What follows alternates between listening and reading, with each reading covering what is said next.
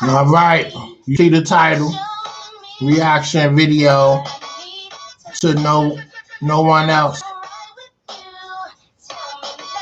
I gave you some commentary on the last video. This was like the third Bad Boy group that blew up when Puff started the Bad Boy label.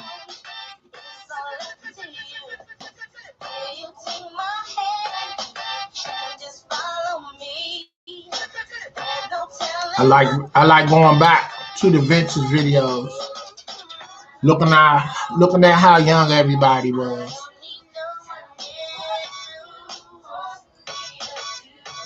I'm not sure, but I think one of the ladies is from the DMV area.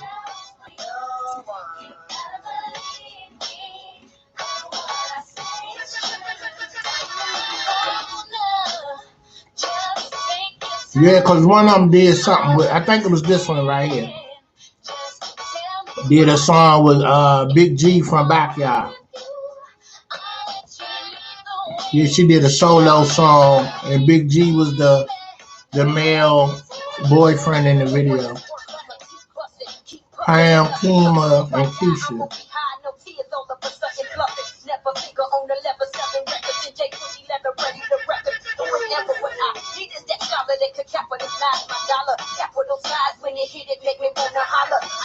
I forgot Brat was in there.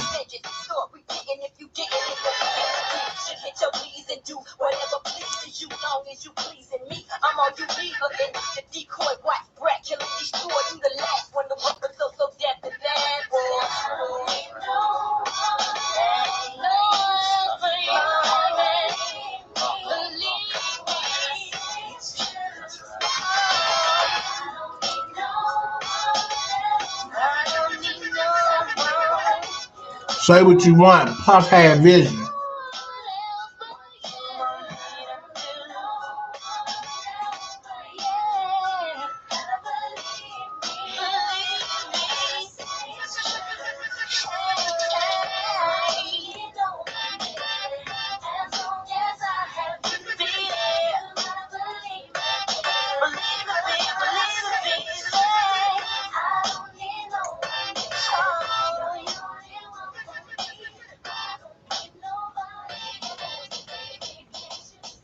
All right, that was the Chucky Thompson joint.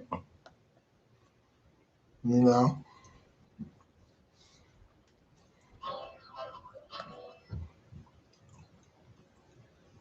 Yeah, so excuse me, I'm eating some lunch.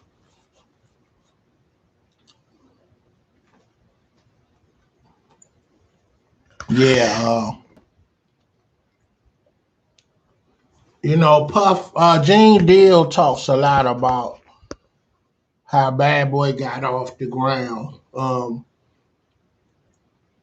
With that being said, he was saying that uh, Arista Records is the parent company of Bad Boy, but Bad Boy was an independent label that started with various money being put together to help Puff start the label and get the label off the ground for a bigger company to take over and bring them in under their wing and cut the check so he can put the acts out. So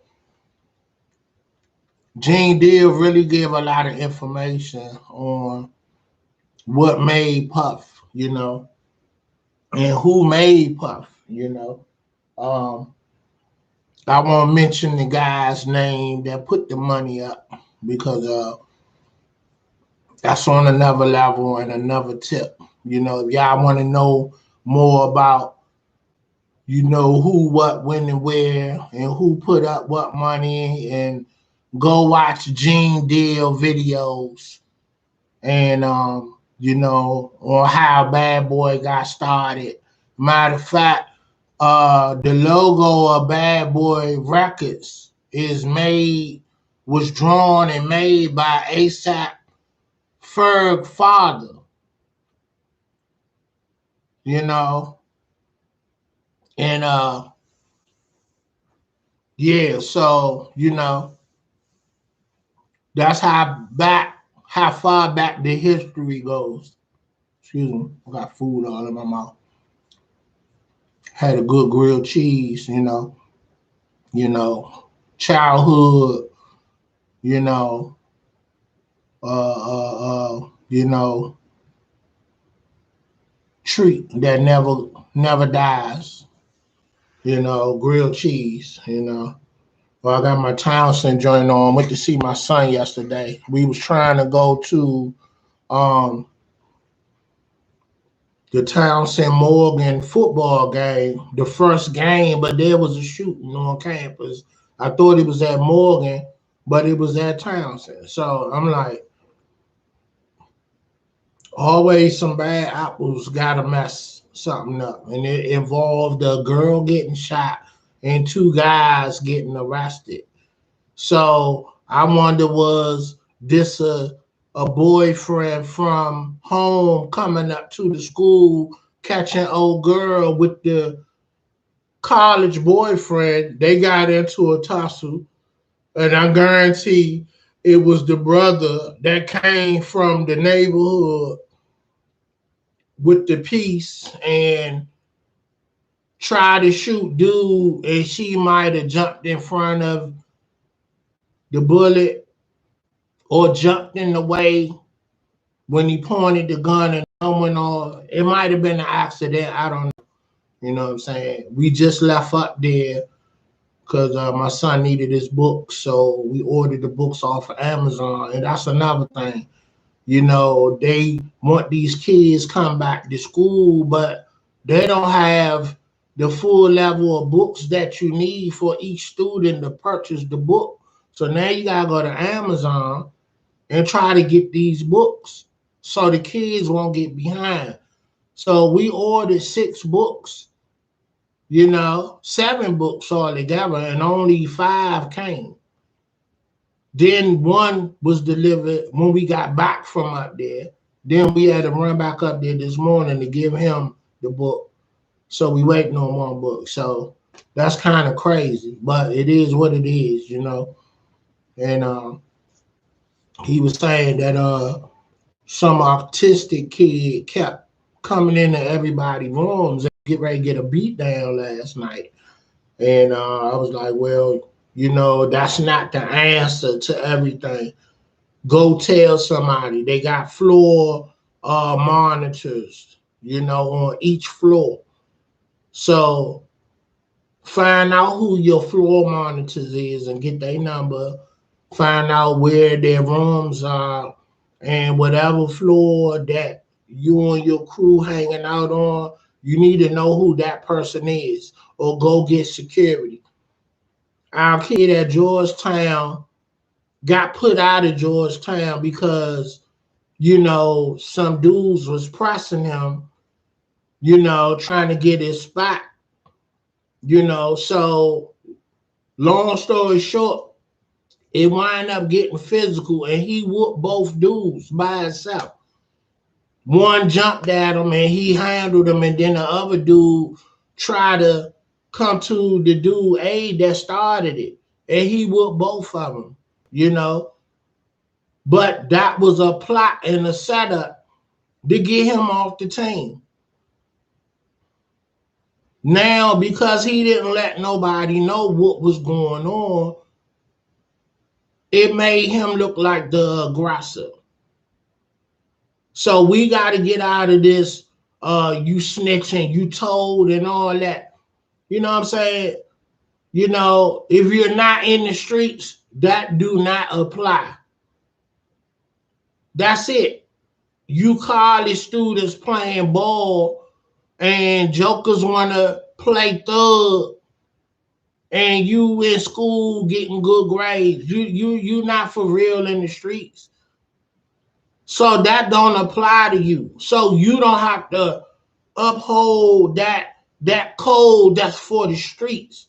When you're in college, you on a D1 team, you got coaches, everybody around the world looking at you for the next level. You do not mess that up, worrying about somebody saying you snitch.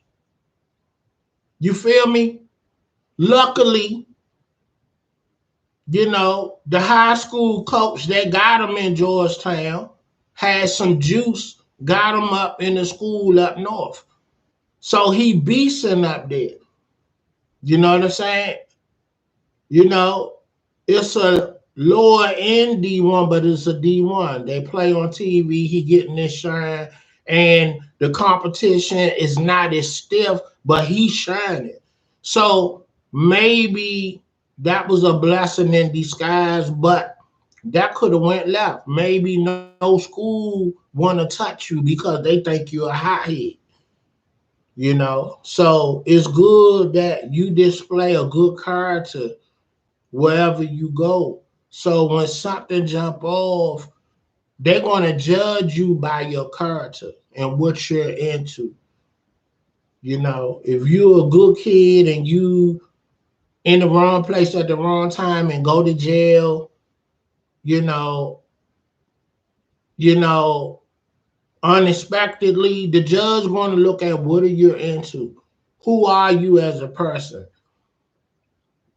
If you're a misfit, you out here causing havoc in society, then I'm gonna give you time and I'm gonna treat you like that. But if I see that you're a good kid, you're into good things with your life, then I'm gonna give you a shot to redeem yourself. And you're only gonna get that because of how you conduct yourself before all this happened. They're gonna look at who you are as a person. So I'm gonna keep it moving, you know. I just thought I'd drop some gems, you know. Like my man say, Gilly, $1 million worth of game, you know. Peace. We're gonna keep it moving.